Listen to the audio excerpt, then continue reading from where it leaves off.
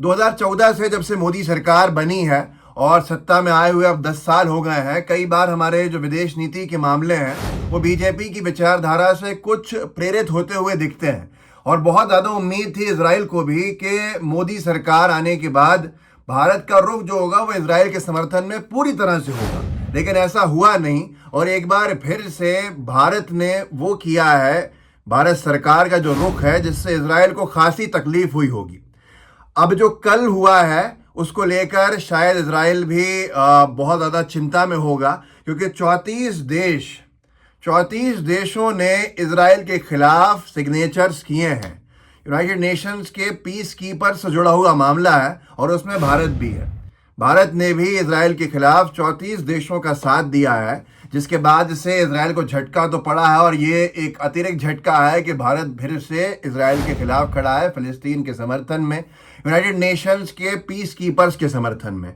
ये बात मैं आपको विस्तार में बताऊंगा इस वीडियो में, लेकिन उसके साथ रुकिएगा कि कैसे यूएस ने क्या ऐसा हथियार दिया है जिसके बारे में वॉर एनालिस्ट कह रहे हैं कि इंतजार कर रहा था इजराइल ईरान पे हमला करने के लिए।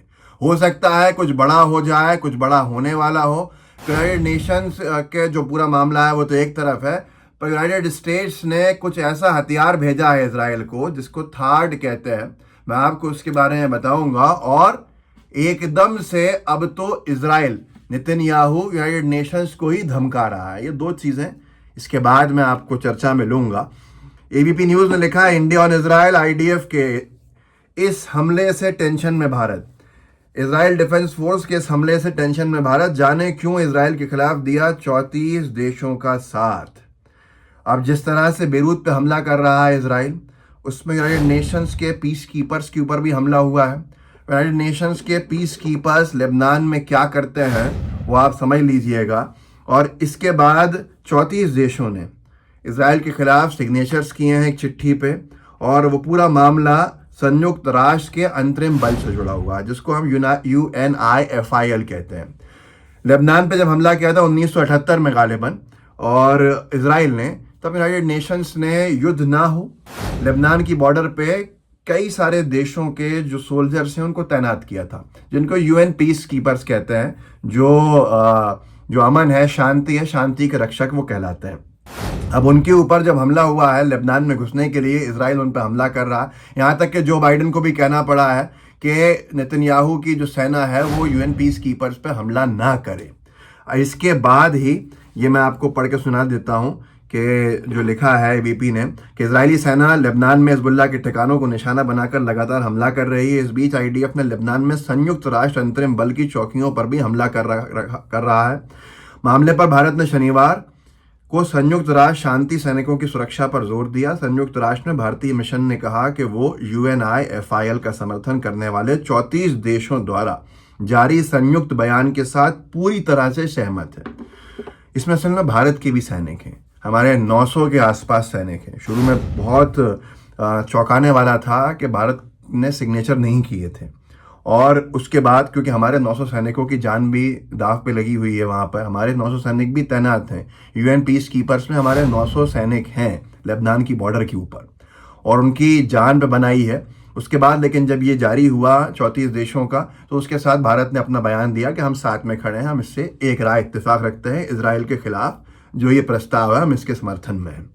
अब ऐसे में आयरलैंड ने तो बहुत कुछ बोला है। आयरलैंड के जबकि 389 सैनिक हैं, हमारे 900 सैनिक हैं, और वहाँ के प्रधानमंत्री ने, जिनका नाम साइमन हैरिस है, उन्होंने लेबनान में संयुक्त राष्ट्र शांति सैनिकों पर इजराइल के हमले को अंतर्राष्ट्रीय कानून का उल्लंघन बताया है। मोदी जी को भी कुछ बयान ऐसा देना चाहिए, अपेक्षा करते हैं हम। लेकिन NBT ने लिखा, इजराइल के खिलाफ हुआ भारत, लेबनान में संयुक्त राष्ट्र शांति सैनिकों पर हमले का विरोध, 34 देशों के बयान का दिया साथ। अब ऐसे में जो थर्ड मिसाइल के बारे में बात कर रहा, थर्ड डिफेंस सिस्टम के बारे में बात कर रहा था मैं, या डिफेंस सिस्टम के, वो एक US की टेक्नोलॉजी है जिसको थर्ड एयर डिफेंस बैटरीज कहते हैं।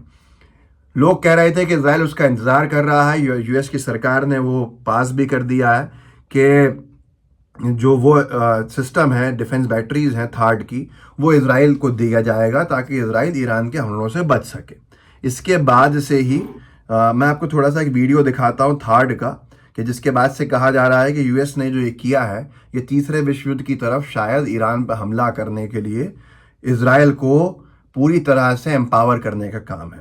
ये एक सूरीबेल करके हैं ट्विटर पे, सीरीबेल, उन्होंने डाला है इसका वीडियो। ये थार्ड जो सिस्टम है इसको देख लीजिए, फिर इस पर चर्चा करें।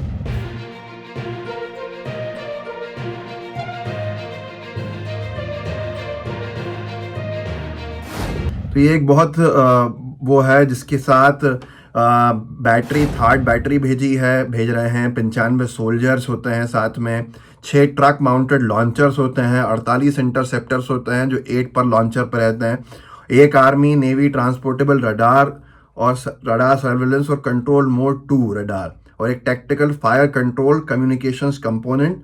ये तमाम चीज़ें इसमें रहते हैं। ये अपने आप में बहुत ताकतवर चीज़ है, जिसके ऊपर उमाशंकर सिंह जो हमारे पत्रकारों ने लिखा है कि बड़ी खबर, अमेरिका ने इजराइल की हवाई सुरक्षा प्रणाली को और मजबूत करने के लिए थर्ड बैटरी और उसे ऑपरेट करने वाले दल की तैनाती का ऐलान किया।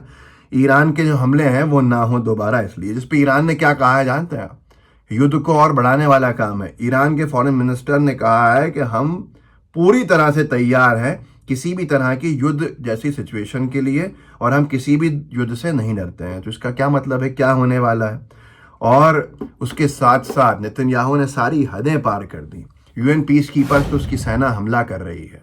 यूएन पीस कीपर्स पे हमला तो अभी तक तो अंतर्राष्ट्रीय सारी चीज़ों का उल्लंघन कर ही रहा था और अपराध कर ही रहा था इजराइल गाजा में, लेकिन अब यूनाइटेड नेशंस के पीस कीपर्स को नहीं छोड़ा जा रहा है, जो अलग अलग देशों के सैनिक हैं, और वो वहाँ पर लड़ने नहीं खड़े किए गए हैं, लड़ाई को रोकने के लिए खड़े किए गए हैं। 1978 से हैं, 900 भारत के सैनिक हैं। उसके बाद जैक्सन हिंकेल ने लिखा है कि इजराइल को जो नरसंहार है उससे संतुष्टि नहीं मिली है, और जो फिलिस्तीन के खिलाफ हमले कर रहा है, लेबनान, ईरान और सीरिया के, अब तो वो they are not threatening and bombing the United Nations, arrest Netanyahu, कि अब तो वो धमका रहे हैं और बॉम्बार्डमेंट कर रहे हैं यूनाइटेड नेशंस को। नेतन्याहू ने ये बयान दिया है, वीडियो है पूरा, आप देख लीजिए वीडियो का एक अंश भाग, इसको थोड़ा सा दिखा देता हूँ। בלבנון חיסלנו את נסראללה ואת בחיריו. חיילינו הגיבורים משמידים את הנשק, את המפקדות ואת מנהרות הטרור של חיזבאללה. הם נלחמים...